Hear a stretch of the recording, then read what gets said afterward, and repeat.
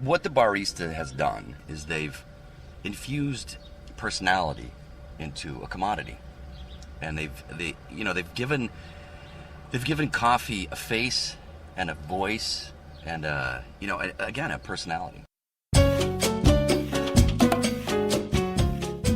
This is the Starbarista podcast, covering global cafe culture. My name is Todd Carmichael, and I'm the founder and proud owner of a coffee company called La Colombe in the United States.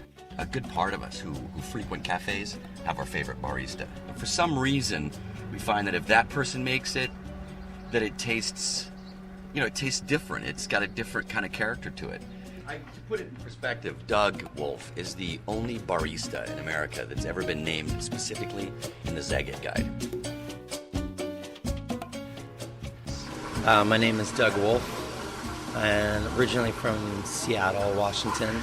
I got started in coffee in the late 80s, working with Torrefazione Italia in Seattle.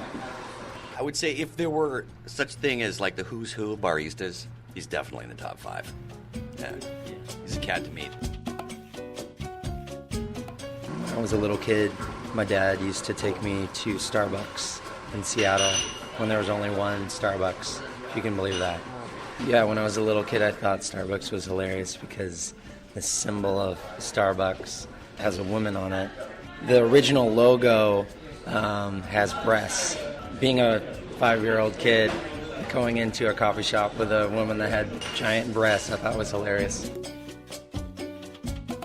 I know that Doug has an insane sense of humor that might not reflect itself very well in a competition. I know that he did one competition once, and the first thing he said is, something about the crowd being a fire hazard. There's like 4 people in this giant auditorium that if there were a fire, we might end up trampling each other. That's funny.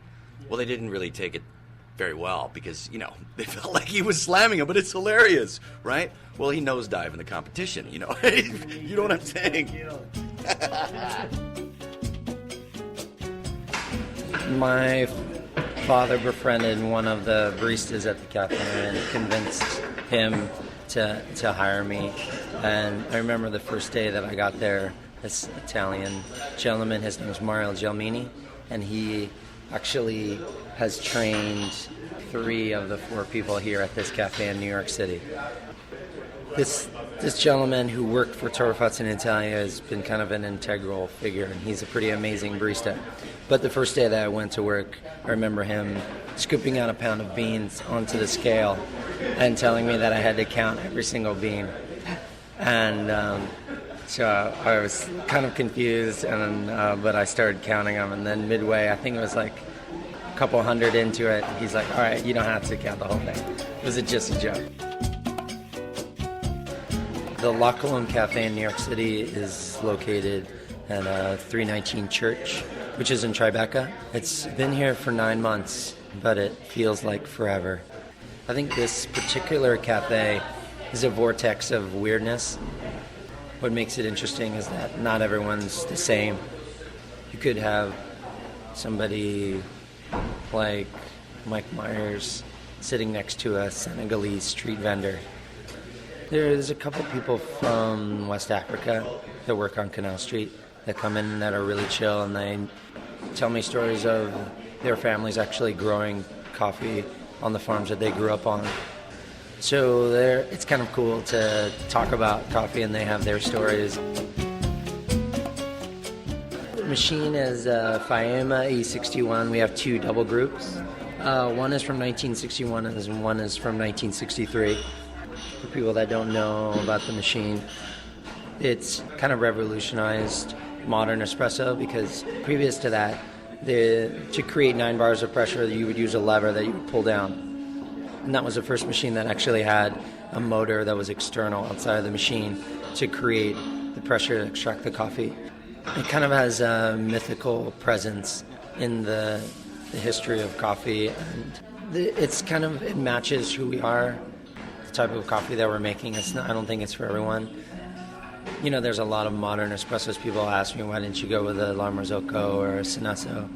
And something about the authenticity of this machine and the fact that it makes delicious coffee still to this day kind of matches what we do, and the pottery that we use, the ceramic that we use is hand painted. It's kind of the whole aesthetic and the experience. So obviously if it didn't make good coffee, we wouldn't use it. When I traveled to Italy the first time was late 90s. One of the experiences that's, I think, kind of shaped me was I was in a small town called Senagalese in the central part of Italy in Tuscany. And it's one of those small towns that you could probably drive right past, but it was time to have a coffee, so went into this cafe, and it was, the locals were just hanging out, and there was a woman that was behind the bar, and she had the exact machine that we have here, Fiame E61. I said, "Oh, you have a E61." I asked her, "When did you get the machine?" She was like, "Oh, I got this in 1961. I've had it since 1961." Pretty intense in the way she made the coffee, kind of broke all the rules. She probably put 7 grams of coffee in there, if that, and she took a lot of time working the coffee. That's pretty classic Italian in that they'll use the least amount of ingredients, but they'll work it and make it taste amazing. She broke all the rules, but it was the most amazing coffee that I've had. Well, let's face it, a cappuccino is no more than coffee and milk. But he's given it a presence, and he's infused it with a personality, or she, his own or her own. And I think it's a really interesting topic. To hear more podcasts about global cafe culture, visit www.starbarista.com.